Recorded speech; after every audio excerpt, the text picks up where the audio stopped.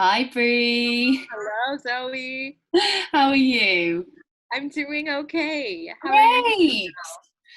Great. You are in your was it a studio flat in Chicago?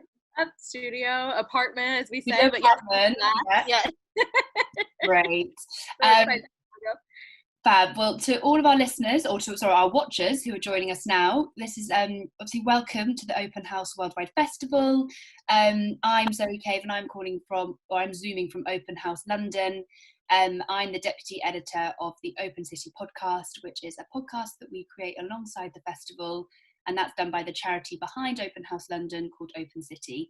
And I am delighted to be joined by artist and activist Brianna Beck, who is zooming in from Chicago, USA. Thanks for having me.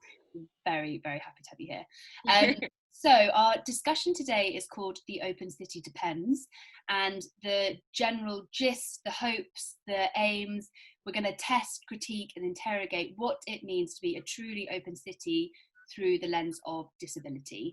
I'm going to pass the mic over to Bree to introduce herself. So Bree, tell us a bit about yourself. Sure. So, my name's Bree. I live in Chicago. My career title is technically an art therapist, but I've taken that in many different directions. So, I also identify as a disabled person myself. I live with a form of dwarfism known as pseudoachondroplasia, and that is a bone dysplasia in the medical world. And essentially that just means that I'm of pretty short stature. I have a lot of orthopedic conditions such as just arthritis and some joint problems. And I've also had many surgeries over the course of my life for those reasons. So I use a mobility scooter to get around. And I've obviously lived with this disability since birth, but it really wasn't until my 20s that I started understanding disability from the lens of an identity that I could hold and one that I could be proud of and one that made me belong to a really fierce group of people. So I feel like I'm now approaching 30, and in this past decade, I've grown a lot in terms of the language that I use, the way that I think about disability, the way that I think about myself. And a lot of that has just come from critiquing the world around me for the first time and taking the onus off of myself and my diagnosis and really placing the onus of the built world and the responsibility of the built world that's so much built without me in mind. So ever since kind of reckoning with that, I've done a lot in my grad school career, becoming an art therapist, thinking about disability in relationship to mental health, working with a lot of people with disabilities in the realm of mental health. And then, on the art side of things, really using my art practice to explore my own feelings about disability and critique the world around me. So that's kind of where I'm at right now. And I think I'm still in a growth period. So I'm going to speak from what I know so far and what I'm interested in. I think that also how you said it then is that I mean, we have this with so many people who are, typically like marginalized. So queer people, Black, others like BAMEs, is actually like you're learning about it as well, because like if you have been constantly told like this is the normal and you're not the normal, so sorry, tough, that actually I really like what you said in terms of, or I think what you said sounds amazing, that you're like, actually this is a growth period for me as well. Like just because you are disabled doesn't mean you are gifted with all the knowledge, because like it's not in the system's benefit that you are actually like enlightened and empowered by your knowledge and by like the collectiveness of it. Yeah, totally. Growing up, you feel like it's like you're just given this unique set of circumstances that are kind of like rare and unfortunate. And, you go through the medical system and it's just kind of like always problematized. And it's a diagnosis that you are faced with, that you have to live through. And it's rare that it's connected to a social movement, because like you said, that doesn't, that provides power, right? That provides a force to make changes, to consider others. And in the world we live in, especially Western culture, capitalist society, disability doesn't equal productive. So yeah, I mean, like I am in the growth period because it's taken, you know, a lifetime of learning these things, and now I'm kind of in the unlearning stage still. Amazing. So, Brie, just to give our audience a bit of context, so Brie and I, unfortunately, have never met in person, but 2 years ago we Skyped, back when Skype was the medium, not big old bully Zoom. So Brie and I Skyped because I was living in Amsterdam and I was doing a project about urinals, because I turned up in the Netherlands, in Amsterdam, and could not believe how the sheer number of urinals, and like, I don't know if people have been there or if you're from the Netherlands, but they are these actually quite beautiful, and I think they've been specifically designed, like there's a designer behind these. They're these like green, almost, and they like kind of what is the word where you like spiral out, and so you can, and they're like these like beautiful like slotted, like, so you can just about see someone's face, but it's kind of private, and it's like they're everywhere, and there's absolutely no other form of public toilet. And so when I moved there, I was like, oh my God, this is a huge feminist issue. Like, where are the women meant to go for a wee? Like, bloody typical. It's always like men who are catered for, like them and their physical needs just couldn't possibly ever just hold it. And so I started to like look into this, and I started to do more research. And then very typically, as an able-bodied person who is on the whole privileged by our built environment, it wasn't until I actually started to do a bit more work and reading that I was like, hang on, this isn't actually as binary as women and men, because all of the assumptions I was making was that your gender and your sex as a woman are aligned, and so that the apparatus you have to pee is a given by your biology. And so actually then we started to reframe it. We were like, okay, so urinals are public urinals and public toilets. So the urinals is actually built and designed specifically for people who can wee standing up. And therefore, that's actually a very, very small margin. The majority of people cannot pee standing up successfully. And so hence then I was then introduced to Brie via a friend, who was like, Brie will be able to nail this topic so articulate. She like absolutely put this down to a T as to why the total injustice of urinals only catering for a very certain number of people. And it was really, really good to talk about it, because essentially for you the experience is what is referred to as intersectionality, which obviously was originally coined from a racial perspective of how race and gender intersect to create a sort of a very unique experience. And for you, your identity, would I be right in saying, would be intersectional, in that for you it's a disability, and being a woman, it's sort of like actually creates a whole new type of experience, and we need to design not just for disability and not just for women, but actually how those things intersect. Absolutely. Yeah. Absolutely. Yeah. So yeah, we had a great chat about urinals about 2 years ago, and I've never stopped thinking about it. I still think it's one of the most unjust things about our built environment. I couldn't believe it when you told me that those were just like out there in the world, and it was just like, wait a minute, there's only places to stand up and pee, like that's yeah. And the thing but we were looking into it in Amsterdam, that a woman got fined for weeing in the street. So it's called wildplassen, which basically means wild weeing, and she got because the judge was like, we treat everyone universally. So a man would be universally fined, and you've been fined as across the board, because you don't have to wee it on the street. But then it's like, but then the structure in place only caters to those who can wee standing up. So anyway, but I'm delighted to be having this conversation. We're going to talk urinals, we're going to talk about it all, and the plan is basically, I think it's super important that when we're obviously talking about an open city, what is an open city? It's the charity that I work for mission is to make it, inclusive, accessible, to create equity. But unless you very actively center disability in that, then you're talking about an open city from a really ableist perspective, and that really limits what we mean, because we want to celebrate inclusivity, we want to celebrate accessibility, But the most important thing, I think, before you can do that is to acknowledge and challenge what is currently excluding people, and what is making it inaccessible, and what is making it what is the inequality that we experience, and actually who, and then equally then kind of putting the person in that conversation is then who is being excluded, who is being denied access, and who is at the sharp ends of these inequalities. And unless we're actually really centering the disability experience, we're missing out on such a huge part of what this mission is.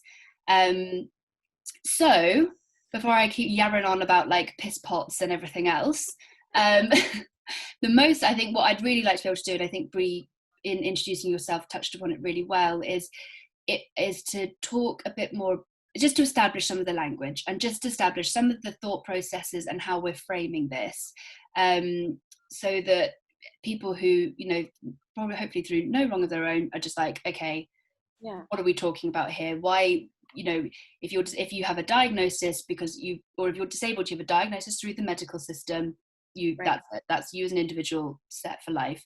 So right. Brie, can I get you to just sort of run through what we're talking about when we're talking about how the built environment relates to disabilities? Totally. So there's kind of a really interesting binary when it comes to thinking about disability. And those binaries are considered the medical model of disability and the social model of disability. And, you know, as years have gone on, those have been kind of complicated a little bit because it's not an either or necessarily, but it's a really important mental switch when we talk about social justice, because, you know, the medical model of disability is mostly like the universal model that we all understand disability to be. And like you said, I touched on it earlier, where it's like you are given a diagnosis, whether that's a physical ailment or impairment, or a psychiatric condition or a developmental condition, anything under this, you know, spectrum of a body and mind being different or not functioning at full capacity, right?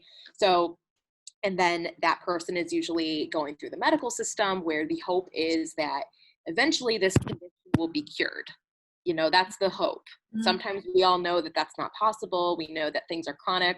My disability isn't one that can be cured. It can only be something that can be, you know, given therapy to, surgeries to help make life easier. But I'll never be an average sized person.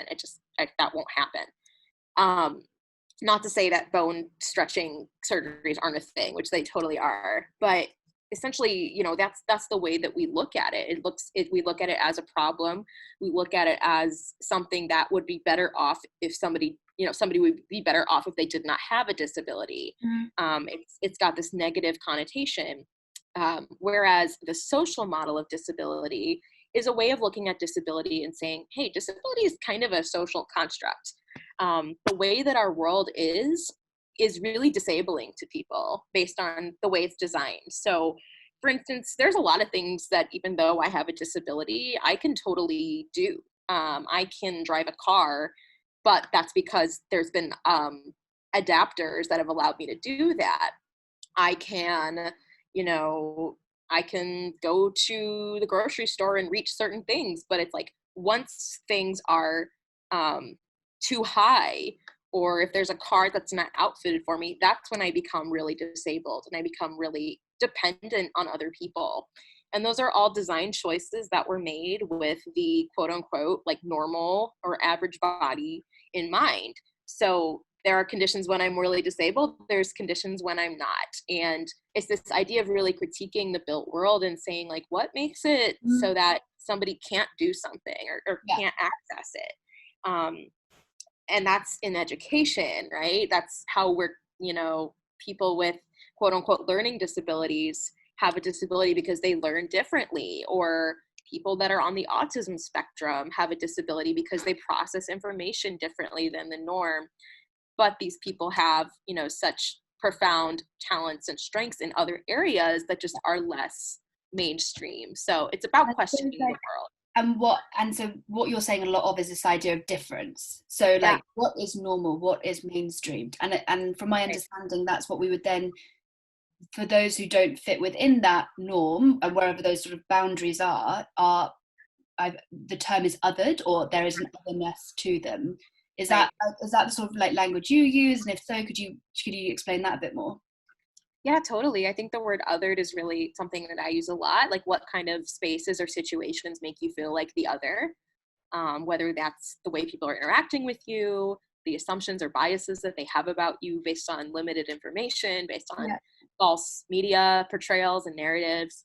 But yeah, definitely othered, marginalized, vulnerable, even Mm-hmm. um, making, instances when somebody just like stands out because they don't fit Yeah. the And so, for mainstream. instance, like the design, so and then when we kind of come back to then linking back to design, is like for the car for the car example you used, is that is designed with a very normal, but that's actually a tiny dimensions of a person, and then you have been othered by that design because it's like, well, no, actually you're not the normal, like you Right. can't Right. access and use this in the way the normal person.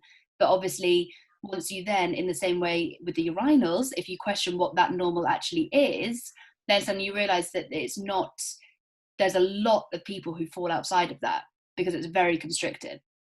Right. Absolutely. Absolutely.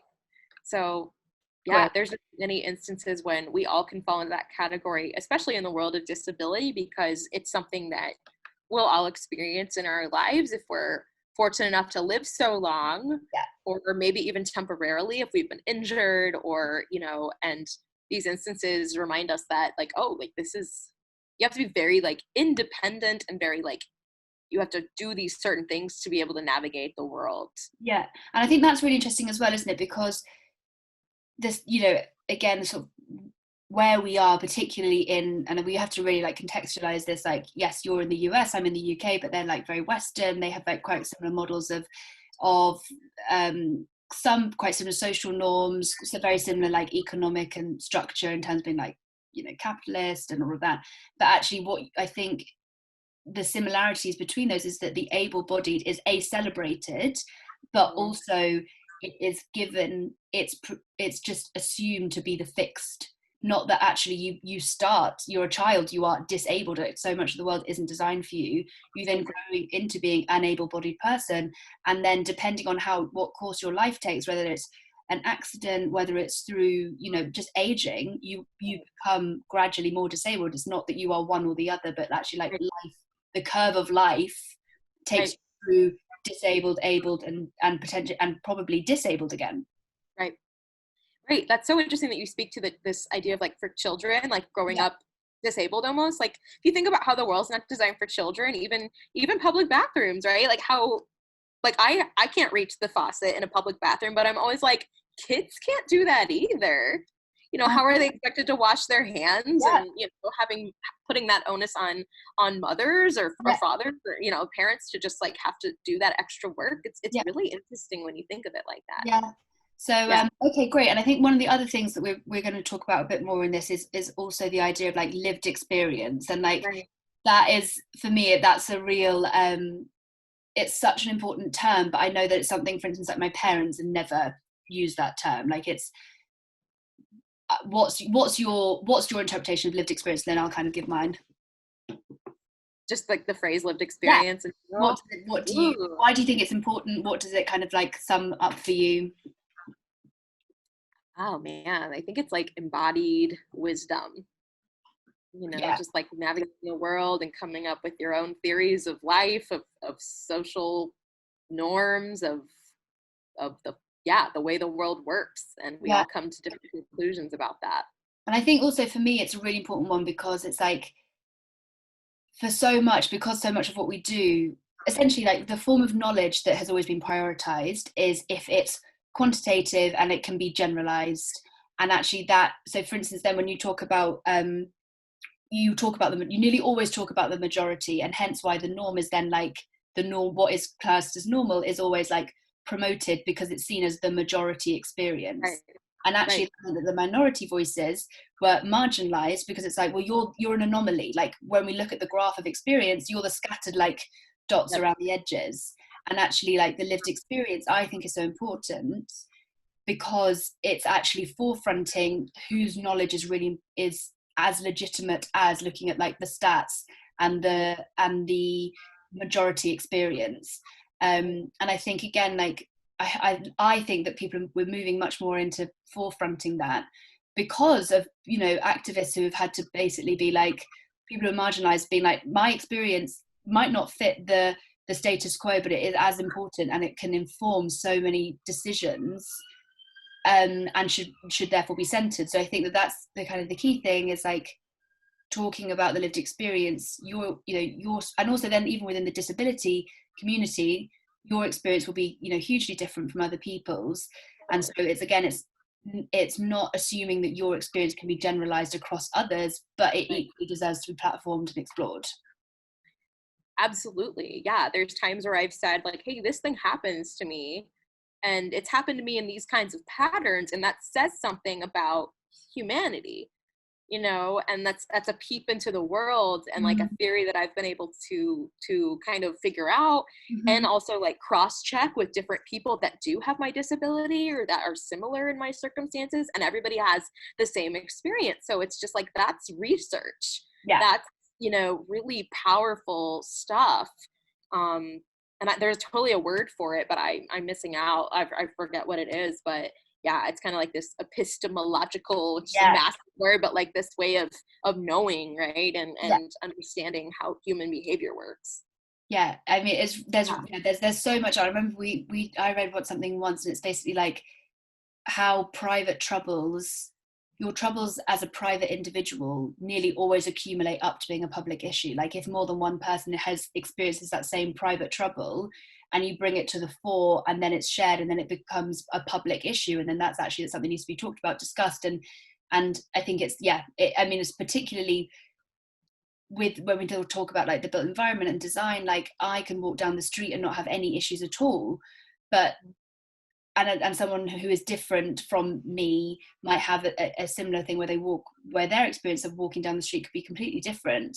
And if each of those people are to like keep that as their own private experience, then we never share that knowledge and actually come to think, okay, well, how can we be doing this better? Like, how are we actually going to make an open city unless we forefront private troubles as public issues? So yeah, okay, great. Well, I feel happy with what we've covered in terms of stuff like the language and the framing of this. You have anything else you want to add? Good. Just to note that when I say I'm disabled, I say that with like a not a negative stance. I think it's about, for me, it's identity first language. I don't see the word disabled as a bad word, so I don't have a problem saying disabled person versus person with a disability. But I know that's actually something that, because when we were talking on the phone last week, I was in the habit or in the practice of saying a person with disabilities. Right. So can you explain a bit more about how the difference between you saying identity first, aka a disabled person, and then what I was saying, but that actually like these things change and these things shift, and actually now having had the conversation with you, I'm like, from my understanding, lots of people are actually happy to like almost like stake their identity, and it's not the sort of the afterthought. So can you kind of explain a bit more about that? Yeah, I think person with a disability has been used for a long time and taught because the idea was to acknowledge this is a person first, they just happen to have a disability, and that was seen as a form of respect. And for a while I totally followed that, and I think it wasn't until I started thinking about disability from this social model that it took the stigma away from disability as just like, no, this is like an experience that I have of the world, this is an identity that I carry, this is a part of who I am. And it's akin to the fact that I identify as a woman, the fact that, you know, identify as being white. And when we say other forms of identity, you know, it seems like it's pretty okay to say queer person, to say Latinx person, to say, you know, these kind of identity first terms, because there's no shame in being that. It's a bit like previous generations. I'm sure it would be like, I think my granny used to whisper the word black. She'd be like, it's a black totally person. And exactly. Why are we whispering that? Like, that is like that's a culture, that is an identity, like that is a very much a thing unto itself. Like, there's absolutely, I'm sure there are very few black people who would want you to be like whispering their or would ever whisper. What does that mean? Yeah, what is the underlying message there? Absolutely. So I think disability is kind of like coming around in that way. I totally respect people that are still about person first language. I think that's a unique path that we all need to walk down and decide. But for me, it doesn't bother me. But it's been interesting when I've ever talked about it to an audience before, if I'm giving a presentation, I've had a lot of people raise their hands and be like, I'm sorry, but like, you're not disabled. And like, it's weird that you keep calling yourself that, because you're up here and you're speaking and you're doing all these things. And I'm like, whoa, first And of is all. that normally like an able-bodied person who would ask? Oh yeah. Yeah. Oh yeah. They're usually like, oh, stop calling yourself that. You're totally fine. You're totally capable. I just learned so much. And that's patronizing. Like, do you, because I hear that and I'm like, whoa, it makes me cringe a bit. But it's as in, kind of like, did you not hear anything I just said? yeah, as though like your whole message was then obfuscated by the fact they were like, she keeps calling herself disabled. Like, does she know she's doing it? Like, should I help her? Right. Because I think in general, the word disabled does mean incapable, or it does mean not working. And even if you look it up in the dictionary, the word disabled is used for technology. You know, we're going to disable your phone. That means like it's not going to work. So it is interesting how it has carried over to humans, right? But it is, I think, a term that's being reclaimed a lot like queer, a lot like, you know, and a lot of disabled people even say crip, coming from the word cripple. And they say that with pride. And I think it's just all about reframing the language, because it's not going to go anywhere. Yeah. And then essentially for us, when I say us, I mean as an able-bodied person, it's essentially, it's just like, your call, I'll follow suit, call me up when I'm getting it wrong, but we're all here to like learn and understand. Totally.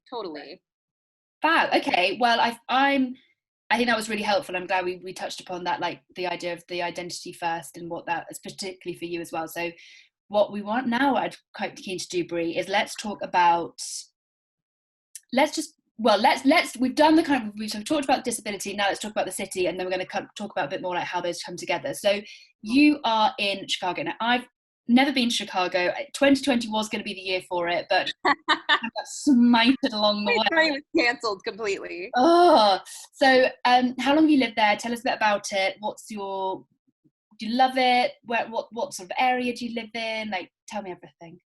Yeah, I've lived here for about 4 years now. I moved here in 2016 for graduate school. So I attended the School of the Art Institute of Chicago for my graduate degree in art therapy.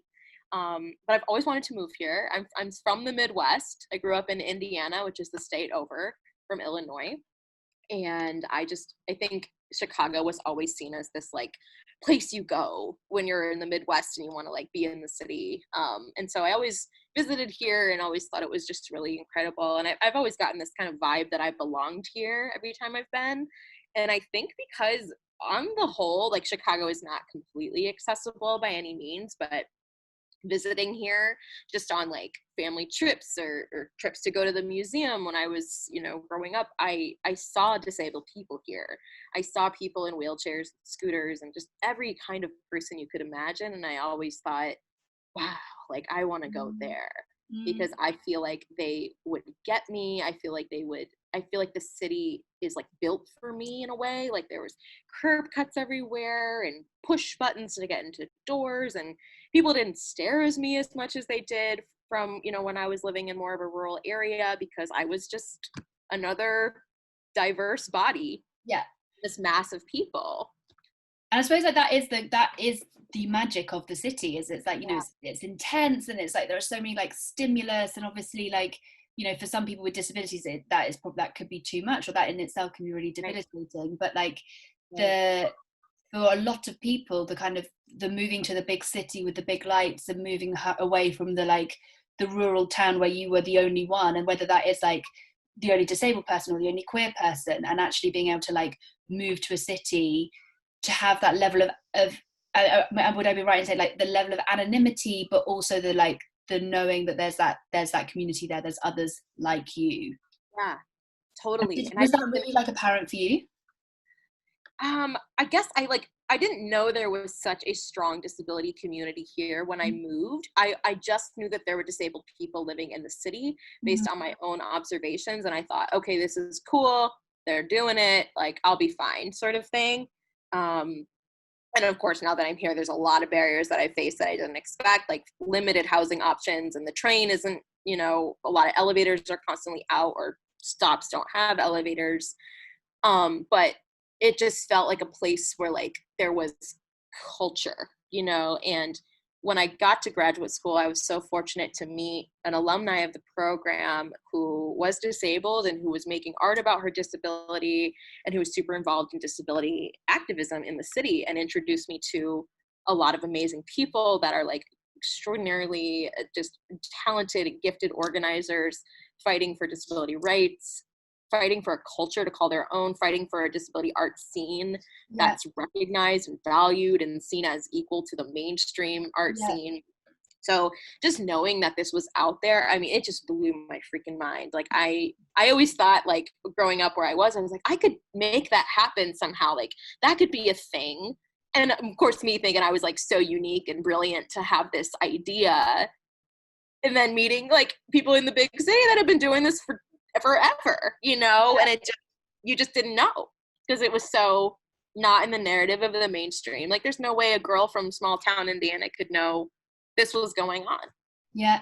And did you, and like with that, and I think again it kind of comes back to like those, it probably gives testimony to if this stuff is already happening, it comes as a reaction because your experiences are by no means homogenous, but they are how you must come across similar things that mean that actually these ideas, you get these ideas initially, you're like, I've cracked this genius idea. You get to somewhere and then you're like, others are too. But in a way, it's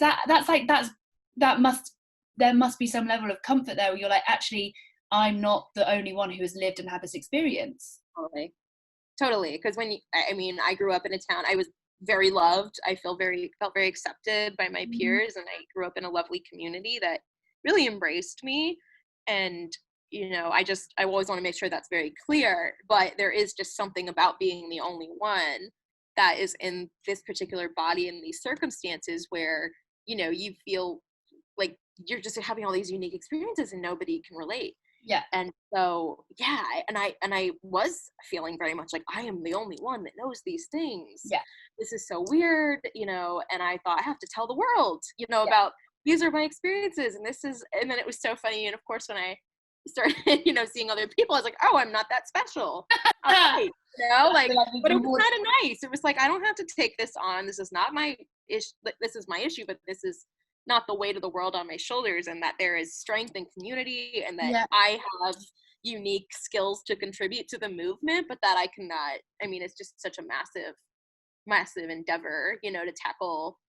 But, and also, but then I think it's like the whole sort of the idea of the city is that it's the space that you can go and be really individual because you have that level of anonymity, because you're not going, you know, it's not like if you're sort of in the sticks or in really rural areas where everyone knows you. So if you suddenly decide one day to dye your hair pink and to wear leather hot pants or like, you know, cupless bra, whatever, people will look at you because they're like, I didn't expect Mr. and Mrs. Cave's daughter to be doing this. Like, is she okay? Is she having a breakdown? Whereas, like, you know, I just love London for this. Like, no one bats an eyelid.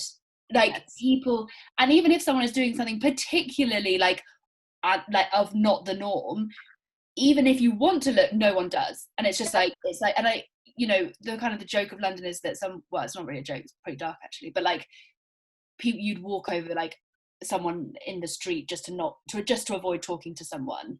Right. But then actually then your thing is just like that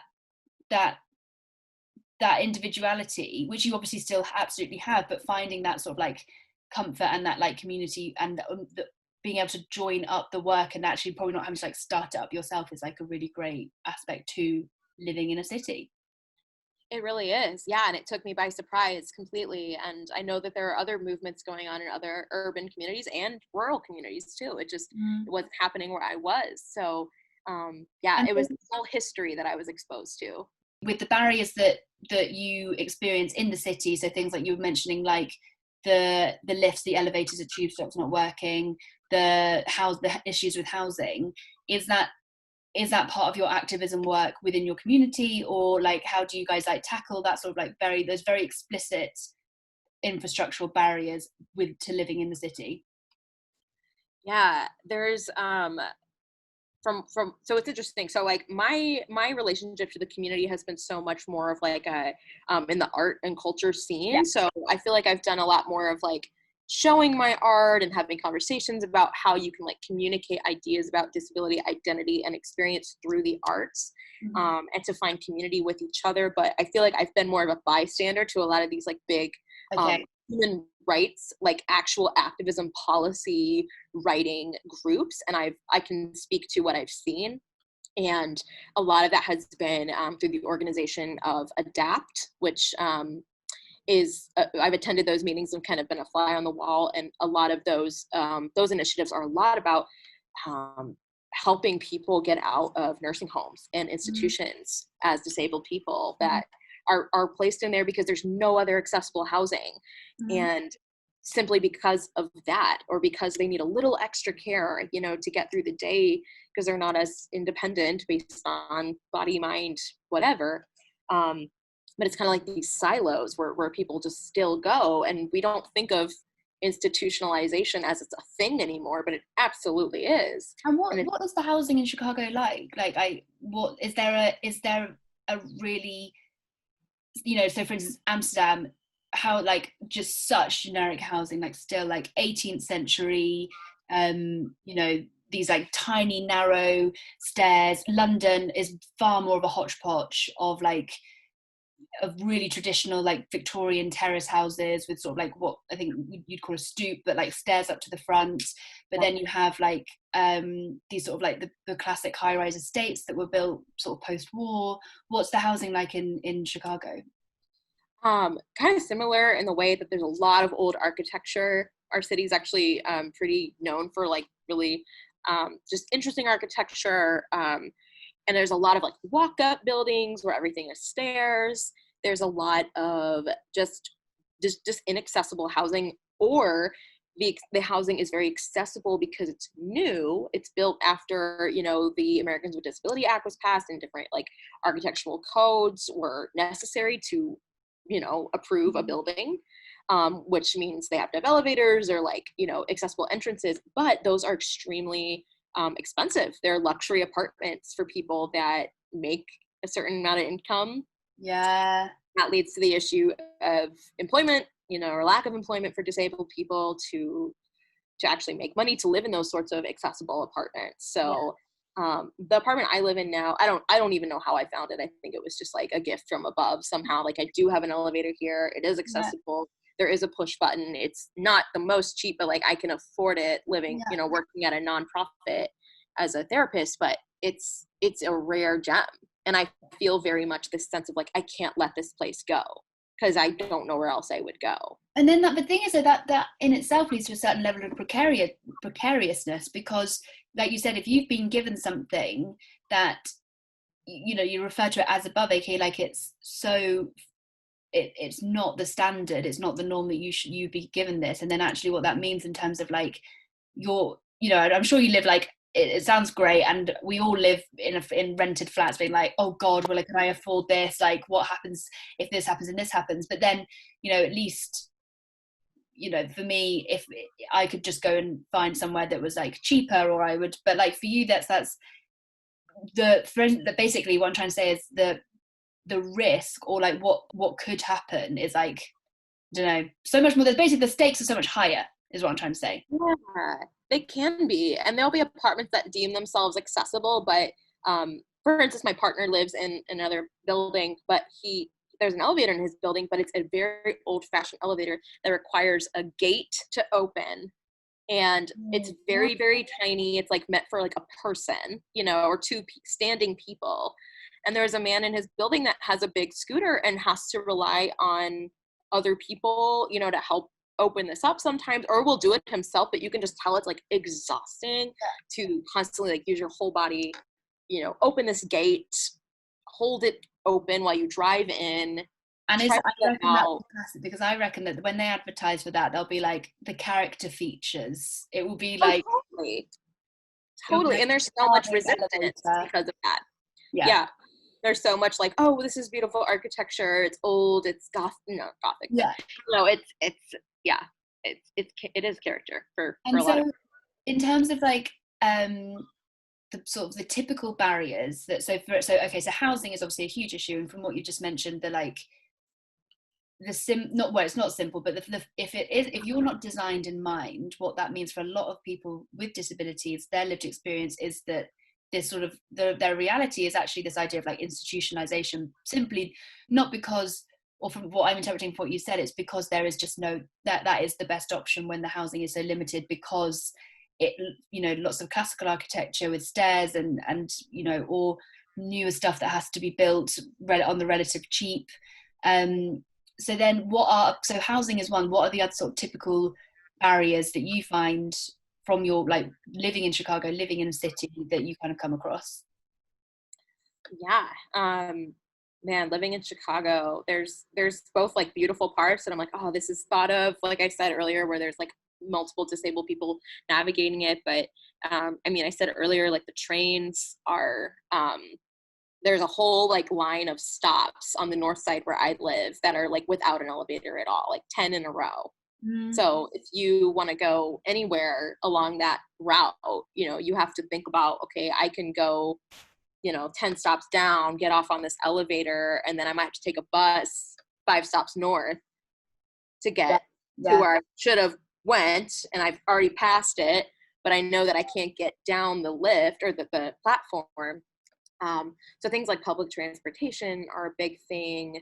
You know, just parking and getting ticketed for parking because you need an accessible spot. And it just, I mean, even just things like navigating the grocery store. I actually take my scooter to the grocery store down the street instead of driving, and I get like limited amounts at a time, but things are just like so high up, and I live alone, so I don't have anybody to go with me.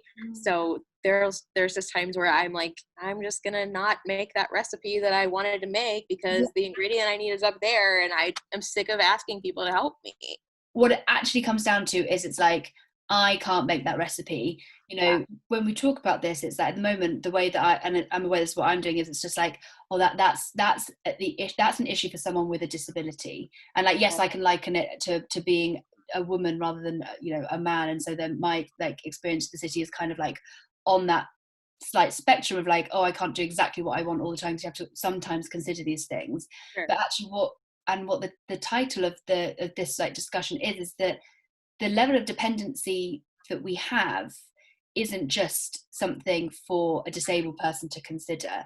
So I think sometimes we forget that the city is this like intense network, or it's a social product made up of networks of dependencies.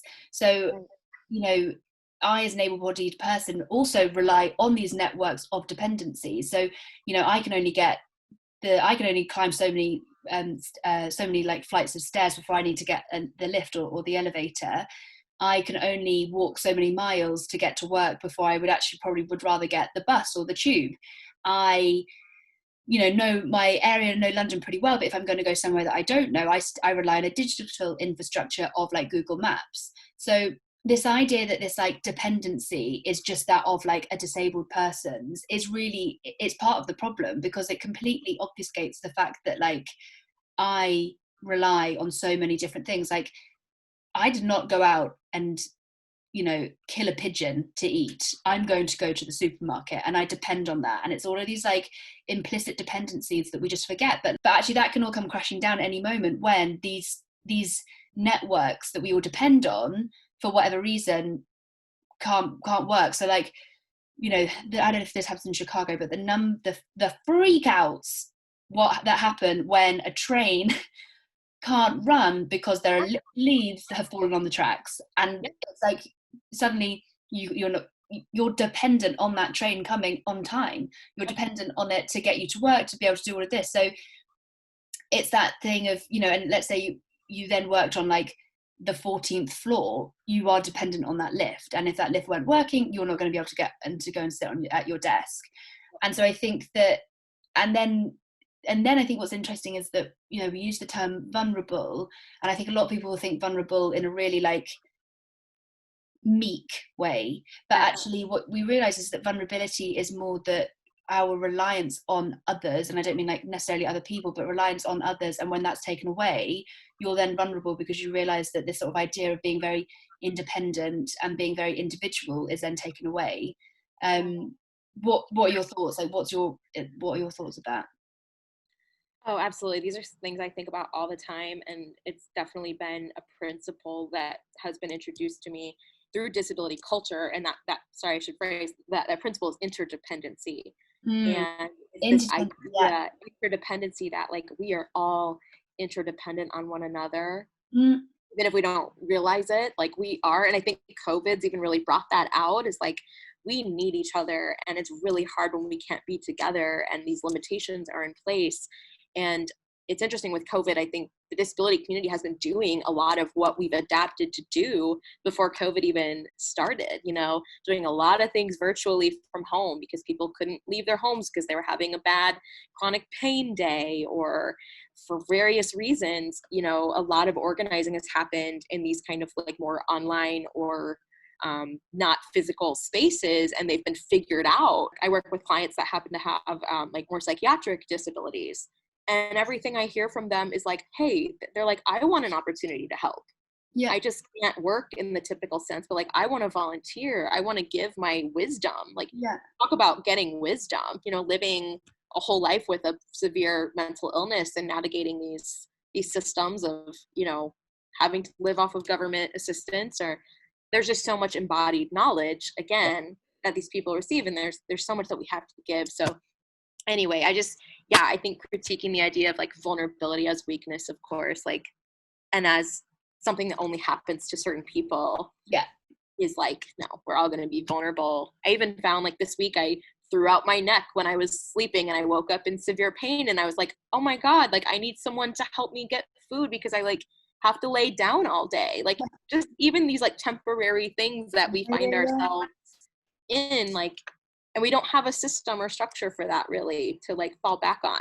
But I suppose the thing with like you said, it's this interdependence, because as individuals we're quite, and again, using the word vulnerable not to say like weak, but the like that is really important and it's really needed. And I'm just thinking in terms of like in the context of like our built environment, like even just the fact that if there's a day where you hurt your neck, it like the proximity to others, which is one of the things that is like scary about the city, like the number of strangers and all of this, but actually like that close proximity to others is its biggest strength as well.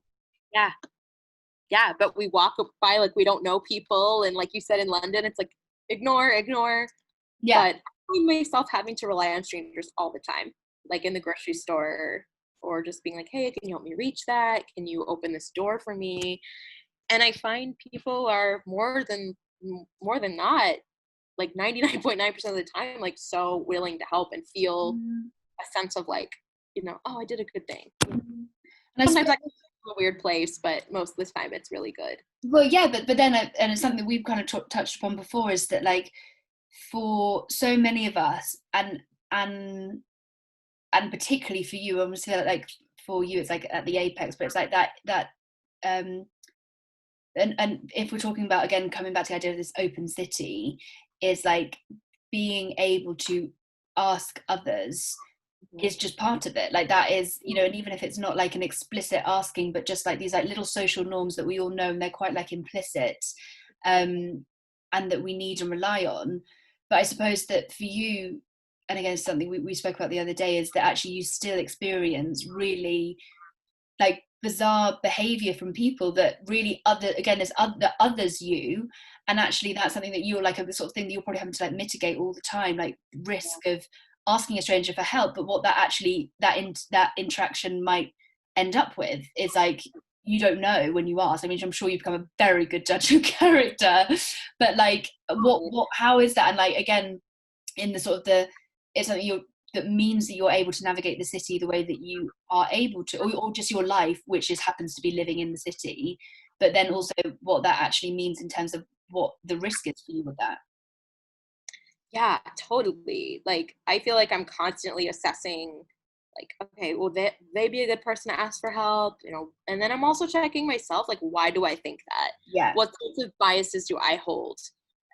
There's a lot of privilege that I carry. I'm sure a lot of that influences. Maybe I'll pick people that look like me, or, maybe identify more with white women versus, another demographic, just based on like familiarity, right?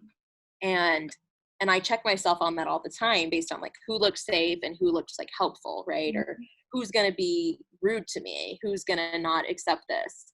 And I will say again, like 99% of the time, like the people I ask are always like great, but there's always like, there's sometimes more ease with it than others in other interactions that I have. And, but for sure, I mean, there's also like really strange things that could happen to me like out of nowhere when I'm not even trying to interact with somebody. There's people that will take my picture for no reason because they're like, oh, look at her, she's so small and different, I'm gonna show my friend or something, or I'm gonna look back on this later, which is just so bizarre. And it happens to a lot of people with dwarfism particularly, because it is something that's seen as so different, such a spectacle, which is just outrageous. But anyway, I mean, that says a lot about people. And I'll have people that'll like pat my head or like just totally invade my boundaries or ask me really, really personal questions without even saying hello. And it's just really, really odd kind of like how invasive other people can be to me. So I feel like I'm constantly having these strange interactions with strangers. And I don't know. It like you said, I think there needs to be some changes of how we like interact with each other. But there's also like, sometimes we put up boundaries for a reason because it's safety, so it's complicated. Yeah, and again, it comes back to this idea, like, if we're going to interrogate the idea of what an open city is, we can create all the best design. Like everything could be designed with you in mind. Like you could be on every single design panel. Like you could be leading it all. Like things could be, the stuff that would make it work for you could be there from conception. But if that sort of social approach or the social norms, or that's still being allowed to not being allowed, but people still crossing those boundaries, the city isn't open, because it's for you, you're confident, you're outgoing, you have this, obviously have worked to have that, like you said, you're still in this growth period, you've worked so hard to be able to do this and be able to like navigate the world. But there'll probably be people who don't feel like that, and actually that the constant risk of potentially being touched when you don't want to, or being talked to in a certain way, means that the city is not open to them because it carries too much risk, whether that's like having to do the extra bus route to be able to navigate home, or whether it's because of the risk of the sorts of unsolicited interactions. Yep.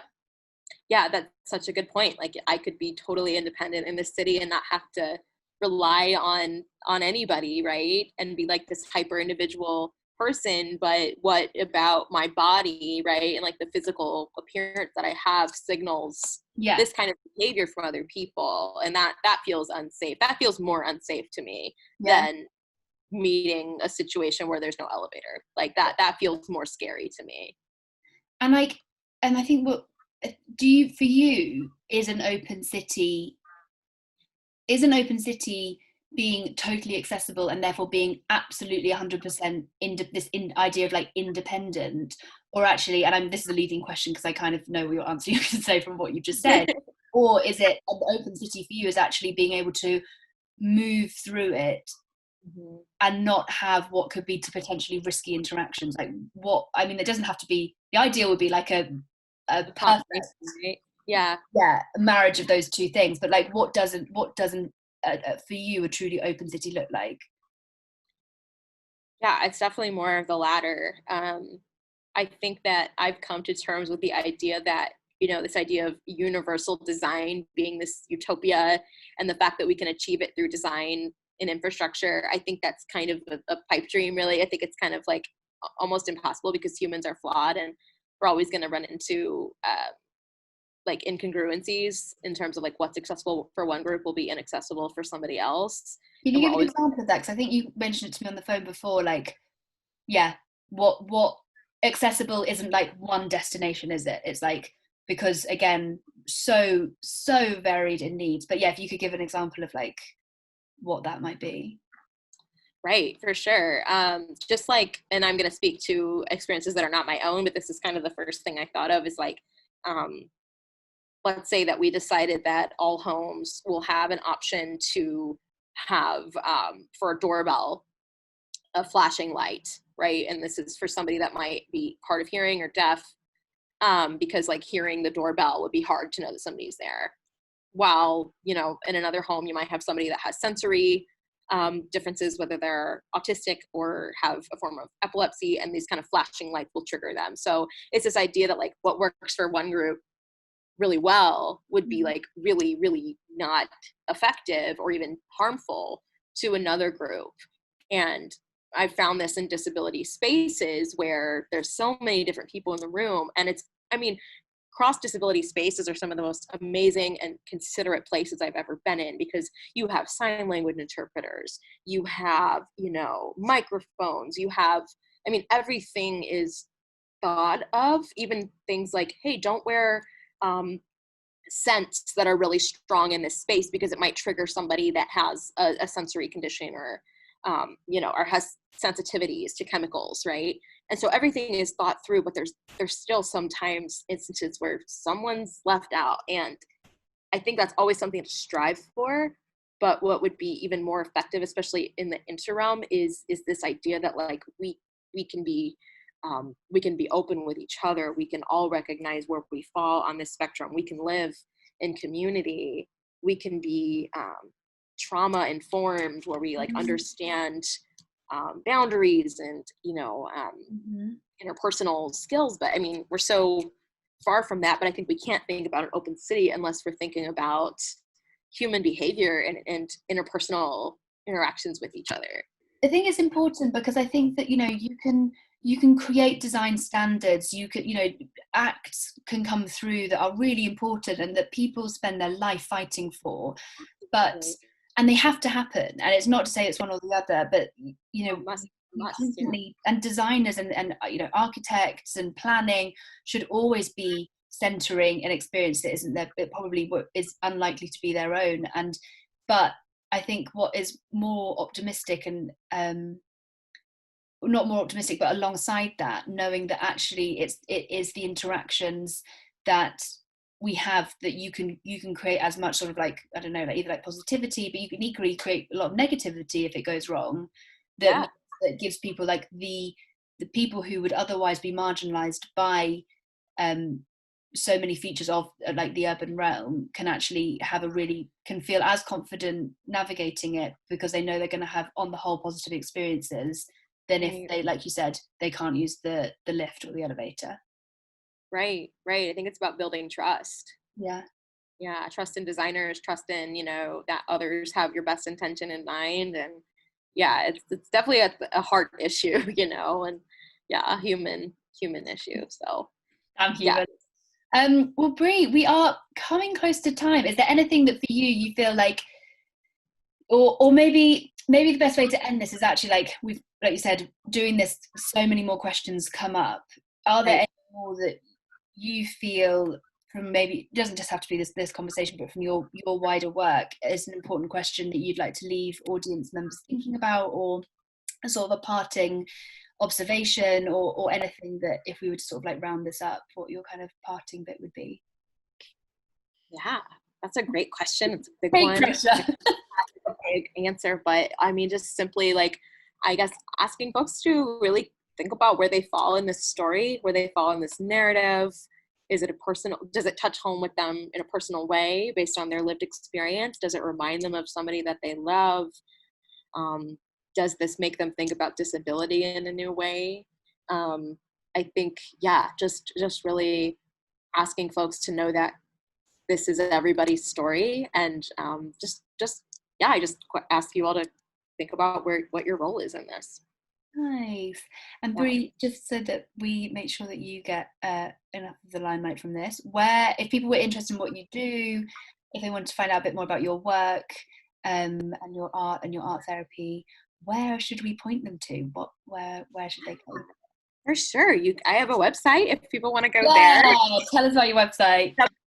www.briannabeck.com. That's BriannaBeck.com. And it's kind of a hodgepodge of everything that I do. I have some of my artwork on there. I have some of the art therapy projects that I've done with different communities. I do some freelance design because that was my background before going to grad school. So I'm kind of a jack of all trades, master of none sort of thing in this realm, but I'd love to just continue any conversations that folks want to have and just always dive into. I love talking about design in relationship to like human behavior and mental health. And it's just such a great marriage of everything I love. It's so, and I think it's just so interesting because for so long design has been so abstracted. If it, you know, people, I think so many people think about design, it's just like, you know, they don't think, I think a lot miss that design is done to solve a problem, like to solve an issue. And so actually if design isn't directly responding to things like the disability experience, then that, you know, that's the calling card. That's where we should be pushing. Yes, totally. Amazing. Well, thank you so much, Brie. I've loved it. I think we've covered a lot. And yeah, so just for everyone listening or watching, the plan is that we're going to now turn this, after this sort of like live stream, we're going to turn this into a podcast, which you will see on Open City's website. And yeah, well, let's see where we go with the conversation from there. Absolutely. Thank you so much for having me. It's been a joy to talk with you. I love it. Thanks, Brie. Thank you.